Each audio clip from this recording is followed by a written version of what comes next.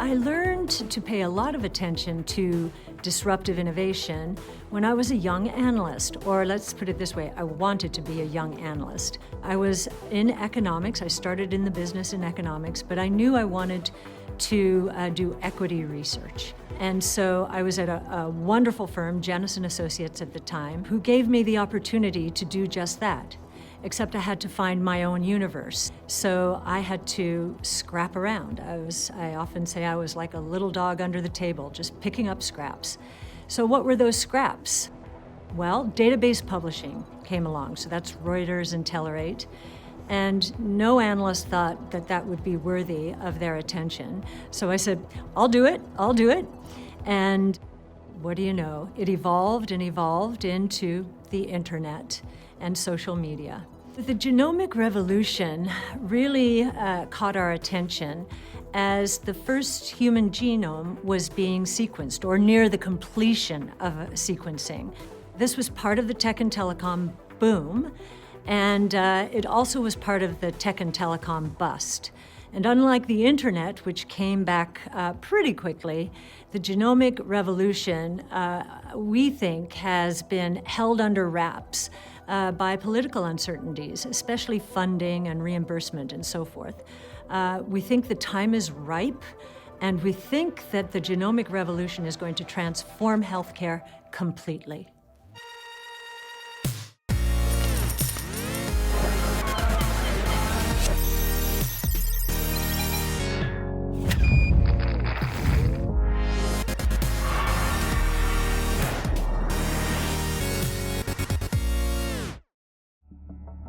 Kite Pharmaceuticals was trying to come up with a therapy to treat aggressive non-Hodgkin's lymphoma. The patients in the trial, they were only allowed in the trial if they had failed at least 3, if not 4 other lines of therapy. In other words, they were on their deathbeds, and this was their Hail Mary pass. So Kite Pharmaceuticals started as experiments. In August of 2015, one of the patients in the trial died. And they didn't stop the trial, but the stock dropped 40 to 50% right there. And my question to Manisha Samy, our Genomics Revolution analyst, was, well, why haven't more died? Only 1 died, and this is a patient population of 100 to 150. Isn't this telling us something good, not bad? And so we loaded up on that stock. And sure enough, that was the right answer. Essentially, CAR-T technology unleashes an individual's own immune system against disease. Today, with that therapy, we are seeing 50%, roughly 50% complete remission rates. 50% complete remission rates after 9 months in the trial. God bless the health practitioners, doctors, nurses, researchers, others. Until recently, they didn't have the information they needed to make decisions. They didn't have the science. We thought they did, but they didn't. There's an analogy here to, and I'm not trying to make light of this, but there is an analogy to the advertising world. In the old days of advertising, say Mad Men, the 1960s, we used to hear from chief marketing officers, you know, I know that half of my advertising is working, I just don't know which half. And of course, what companies came along to answer that question? Google, Facebook, Twitter. We think the problem is worse in healthcare.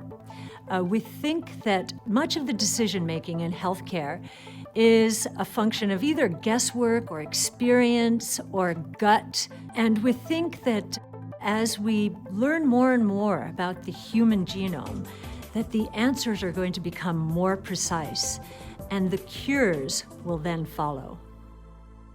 The genomic revolution is going to change healthcare as we know it, partly because it's deflationary. The healthcare sector has never experienced the good kind of deflation.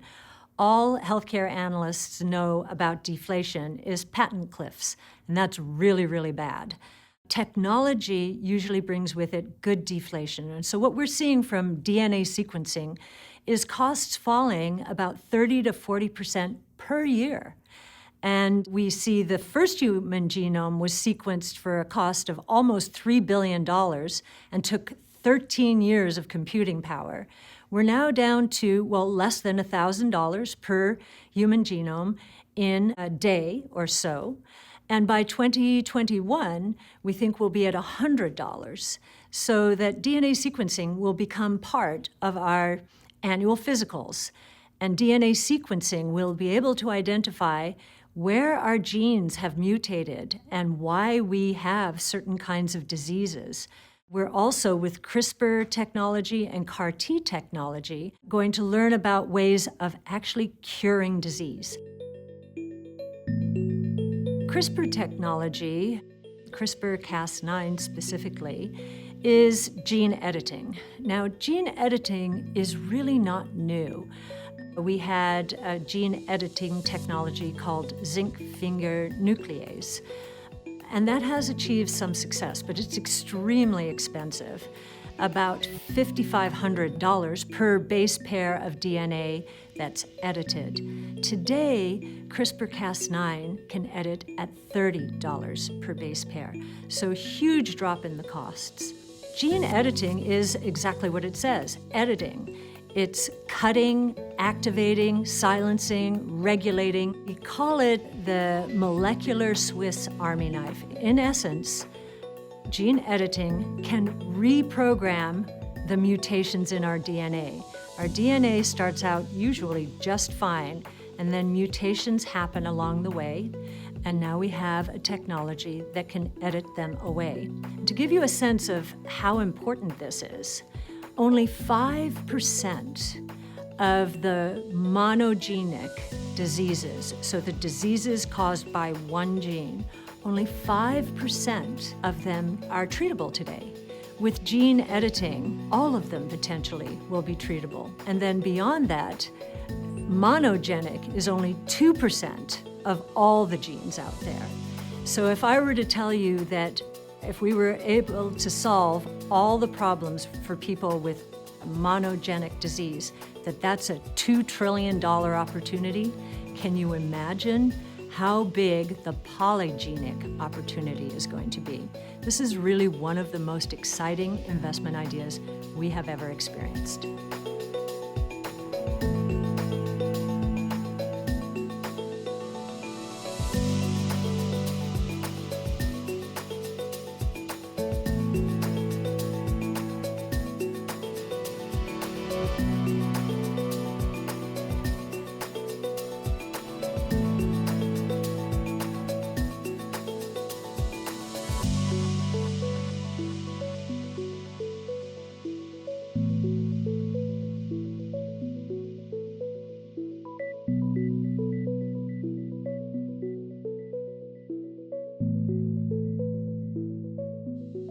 There are other applications for CRISPR technology. Agriculture is a big one, livestock as well. So germ-resistant or disease-resistant animals and plants, fish that gestate in half the time they do now in the wild, so salmon instead of 3 years, 1.5 years. We have determined from our research at Ark that we will be able to feed, because of these breakthroughs, 800 million more people by the year 2025. And wouldn't you know, that's about how fast global population is going to grow. So pretty exciting there. Investing in CRISPR may seem difficult, and the reason for that is these are not household names. We have focused on those companies with the best patent positions in the CRISPR-Cas9 space. There are 3 companies that have those patents primarily. They are Intellia, Editas, and CRISPR Therapeutics. They are involved right now in a lot of patent fights or disputes. And what we believe will happen for the good of mankind, and because it makes good business sense, we believe that this space will be characterized now or soon by a lot of cross-licensing activities. We don't think it's going to be as fraught as many other investors do, and these are some of our biggest positions today. Winner takes all or winner takes most. We think that if there is such a phenomenon in this space, it will be those three because of this cross-licensing arrangement. Both Kite Pharmaceuticals and Juno, both were big positions in our portfolios. Both have been taken over by big companies, by Celgene and Gilead. We think they are going to invest tremendously in this space, and we do think it's for the good of mankind. Many other countries are interested in these breakthroughs and are doing a lot of research as well. China has become very determined. It bought a company called Complete Genomics, a US company, and was going to develop a DNA sequencing platform, especially for China, hopefully to be exported to the rest of the world. They have failed in doing that. Illumina is the DNA sequencing company with 90% share of all the base pairs of DNA sequenced in the world today. That includes China. China is accelerating its investment now. The Beijing Genome Institute, I believe, has stated that for every human genome that is sequenced outside of China, they would like to sequence one inside of China. So we think China's pouring a lot of research and investment dollars into this space. And in fact, they have conducted the first CRISPR trials on human beings. In the United States, we will see the first human trials this year. China started in 2015. Now, we haven't heard what, if anything, has gone wrong with those trials. We have heard the good news, and the good news is patients in China are being cured of cancer thanks to CRISPR technology and DNA sequencing technology. We are not facing the same ethical concerns as we faced with GMOs, genetically modified organisms. And those were applied to crops. Europe just banned those completely and very early on. Europe has been the first to accept some of these studies and actually approved crops that have been modified with gene editing. Again, we're just editing the crop itself. It's its own DNA. There are no foreign organisms involved in this. And so we think this is much less fraught ethically. We also think that the research on pluripotent stem cells is very important. This takes away embryonic from the debate. Some investors are interested to know that with the technology today, we can take skin cells and turn them into heart valve cells, again, because of this new pluripotent stem cell technology. The discoveries here, or the big breakthroughs, took place in Japan. Professor Yamanaka at Kyoto University won a Nobel Prize for this breakthrough, and it's making a huge difference in research around the world now. We do not think that investors are pricing this space correctly at all. And the reason is, it seems to us that because of, in the US, the pre-election campaign rhetoric, and even the post-election rhetoric, and the political will to drive down drug prices has infected all of healthcare. And we think that investors are treating some of these breakthrough therapies and technologies like they would treat many Me Too pharmaceutical drugs.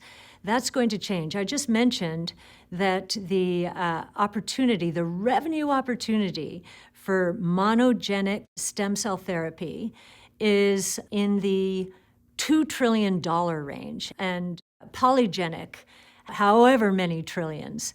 No one's thinking about these numbers, and that's because in the public equity markets, the investing time horizon has become so shortened by the crises we went through, both the tech and telecom crisis and the global financial crisis of 08-09. So time horizons became very short-sighted, we would say. Our time horizons are 5 to 10 years.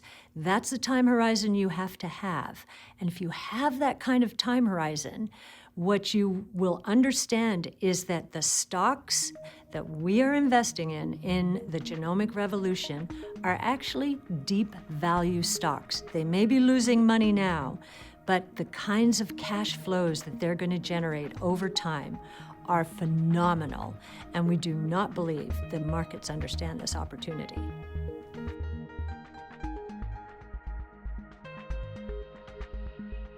The timeline for this space is, we would say, the next 20 years, 20 to 25 years.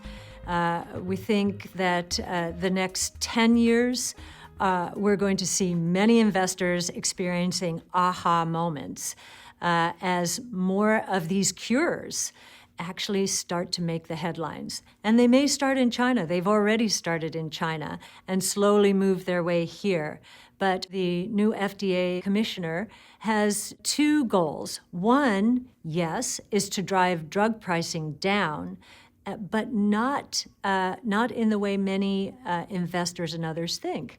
It is by accelerating the approval of generic drugs, not just small molecules, but also biosimilars. So biotech companies who used to be protected from generics are no longer going to be. So that's one of his objectives. This is Scott Gottlieb. And the second objective, and we think many are dismissing this or just not paying attention, is to approve as fast as possible these new breakthrough technologies so that we can cure cancer and other diseases over time. In terms of all of our innovation platforms, DNA sequencing being one, we are looking at them through the lens of the saddled S-curve. And typically that means a hype phase. In genomics, that would have been the tech and telecom boom in the late 90s. The technologies were not ready then. The ideas were big, and they were right. They were just 10 to 20 years too early. So we had then many years of the fallout and the fall from grace, ending in the valley of despair. And I would say that was in the pre-election campaigning season 2016. And then we have, coming out of that, the sweet spot of the S-curve. That's what we're looking for. We think that the genomic revolution, with some of these breakthrough therapies and technologies, is entering that space. The reason we know we're not in a bubble is because of the deep values that we see when we do our modeling going out 10, 15 years and discounting the cash flows. The other way we know we're not in a bubble is most of the investors and others do not or did not know which companies were making the big breakthroughs in CRISPR-Cas9 technology. So Intellia, Editas, CRISPR Therapeutics, when they are in the news and in the headlines, then maybe we'll think we're beginning a bubble, but we're so far away from that. I feel like I'm a dog underneath the table picking up the scraps again, and we lie in wait for the next controversy to pummel these stocks, which are not in indexes. And that is why they get pummeled in risk-off periods, because investors today think their safety is in the big indexes. We would submit that some of the biggest value traps, traditional pharma, traditional biotech, are in the traditional indexes, and that's where the risks are. We believe that the opportunities are in the stocks in our Genomic Revolution Fund, which is all about the future, not about the past.